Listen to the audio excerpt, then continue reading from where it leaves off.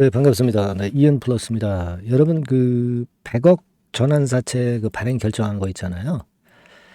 자, 여러분, 이 자금이 들어오겠습니까? 네, 이거는 연기가 되지 않을 것 같아요. 물론 하루 연기 공시가 떴지만 이 하루 연기 공시가 떴다는 의미는 뭘 의미하겠습니까, 여러분?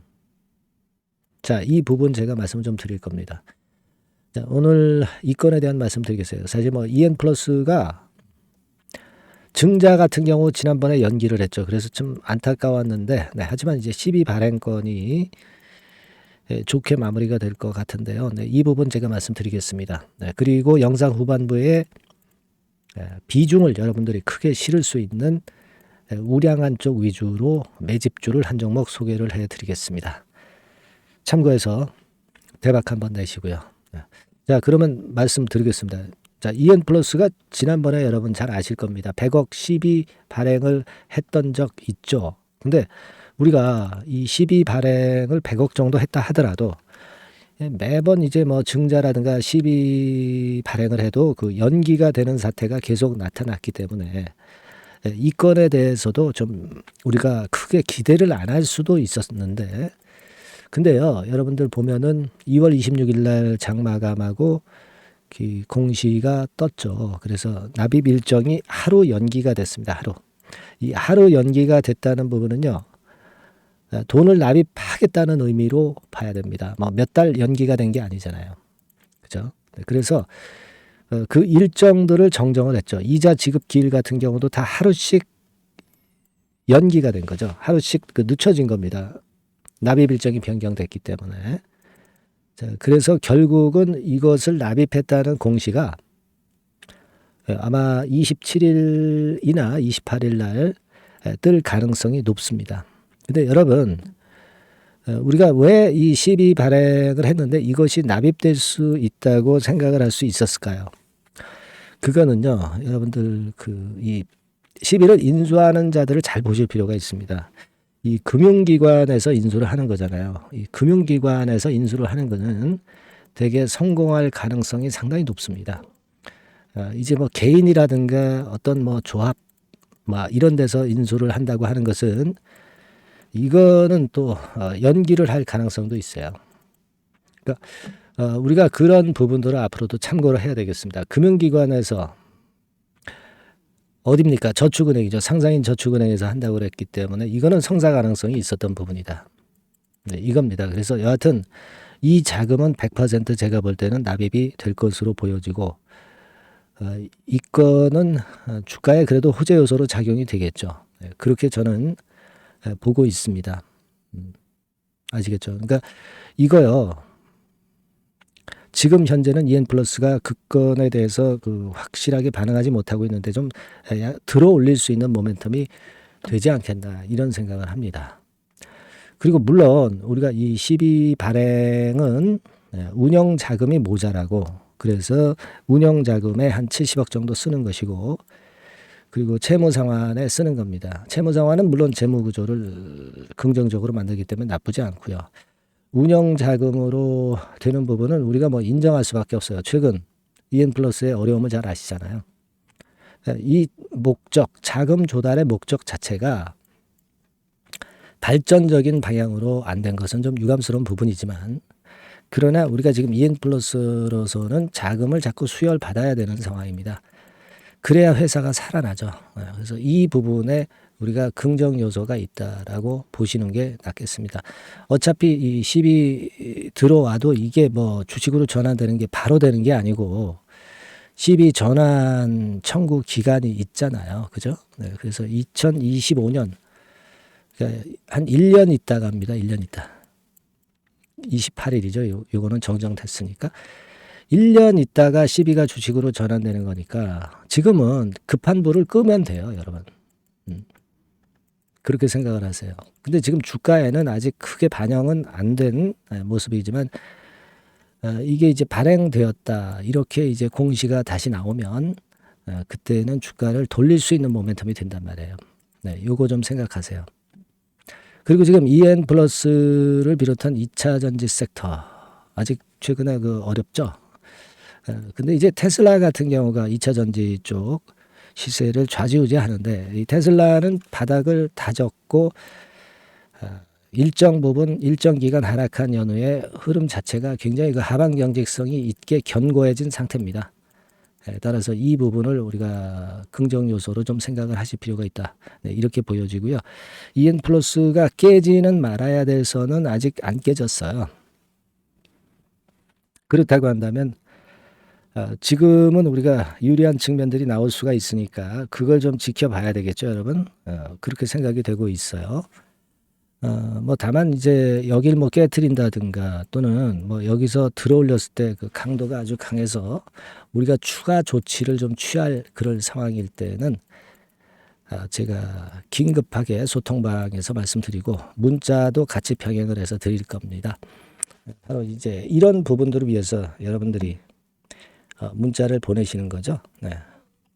여하튼 EN 플러스라고 문자를 주시는 분들에게는 제가 성심성의껏 최선을 다해서 무료로 케어를 해드릴 겁니다. 네. EN 플러스라고 문자 꼭 주시고요.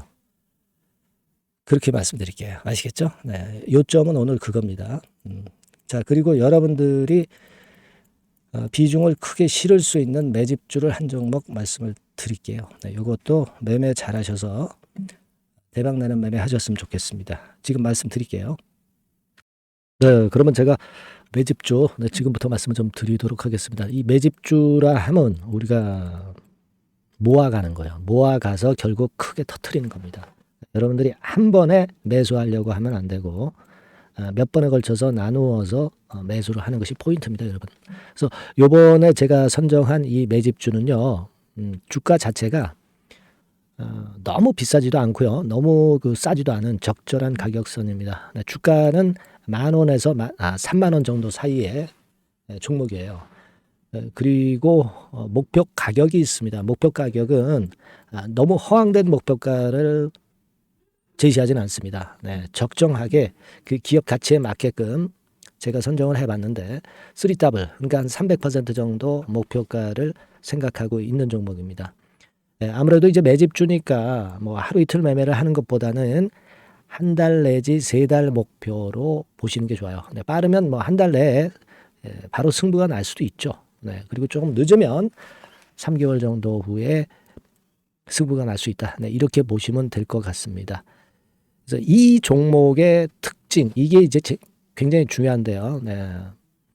이게 뭐 길게 제가 말씀을 안 드리고요. 뭐 짧게 요점을 제가 드린다고 한다면, 요즘 뭐 밸류 프로그램 뭐 잘 아시죠? 뭐 그런 건과 더불어서 이 저평가주가 상당히 각광을 받고 있어요. 근데 이게 그냥 말로만 저평가고 기업 내용이 부실하고 자기 자본 이익률이나 주주 환원도 없는 그런 종목들은 소용이 없어요. 그러니까 주주 환원율이 좋고 배당도 좀 높고 그리고 실질적으로 뭐 PBR 수치라든가 이런 것들도 낮은 종목, 이게 진짜다 이런 얘기예요. 그리고 많이 오르지 않은 종목, 올라갈 여력이 있는 종목, 이런 종목이 중요한 겁니다. 그래서 거기에 합당한 종목을 제가 찾았어요. 저평가 종목이면서 주주 환원 의지가 있고 또 주주 환원을 실시하고 있고 해마다 고배당이 확실하고 이런 종목입니다. 그리고 매출하고 이익도 안정성이 지속이 되고 있어요. 이 매출하고 이익이 들쭉날쭉하다면 의미가 없어요. 잠깐 저평가됐다가 매출 이익도 안 좋을 때 뭐 일단 저평가 해소되면 그 아무런 의미도 없죠. 그죠? 그래서 요거는 잠깐 제가 그 차트를 보여드리면은요. 제가 차트를 한번 여러분들께 보여드리도록 하겠습니다. 요 차트를 한번 보시고 여러분의 진짜 구미에 맞는 종목인지 요거 생각을 해보실 필요가 있는데요. 자, 요거죠. 매집주입니다. 매집주 제가 오늘 소개해드리고 있는 거고 이게 이제 일봉 차트나 월봉 차트는 아니고요. 뭐 주봉 차트입니다. 주봉 차트 최근에 불붙기 시작했어요. 밸류 프로그램 건으로 좀 불붙기 시작해서 또 많이 올랐다면 문제가 되지만은 많이 오르지 않은 그 모멘텀이 있다. 그리고 지금 보면 5주, 20주, 60주도 수렴을 하면서 정배열 패턴으로 주봉이 이제 시작되는 패턴이다. 그죠? 그래서 아마 주가는 새 역사를 지속해서 쓸 가능성이 좀 높지 않겠나. 네, 이렇게 보고 있거든요. 네, 요 종목에 여러분들이 주목할 필요가 있습니다. 뭐 ROE 같은 경우는 20 내지 30% 정도예요.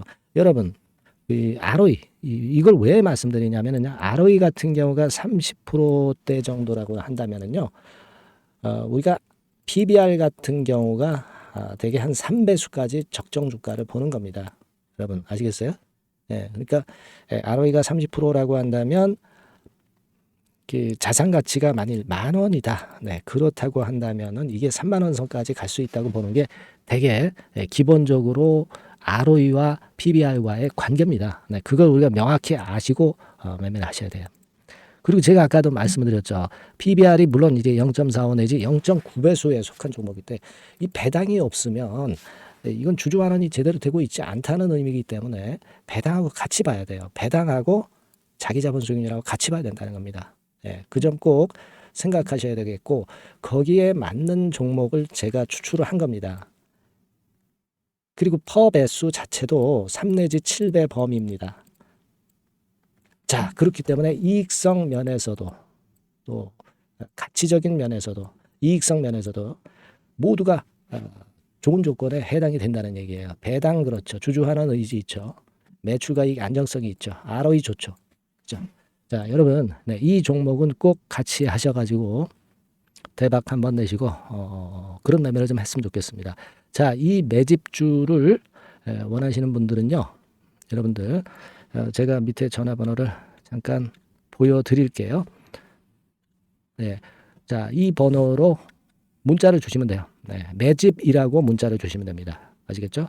이 번호로 매집 간단하죠? 네, 여러분 매집이라고 문자 주시면 제가 이 종목 말씀을 바로 드릴 것이고 그리고 언제 사고 언제 파는 거냐 이런 것들 끝까지 제가 케어를 할 거예요.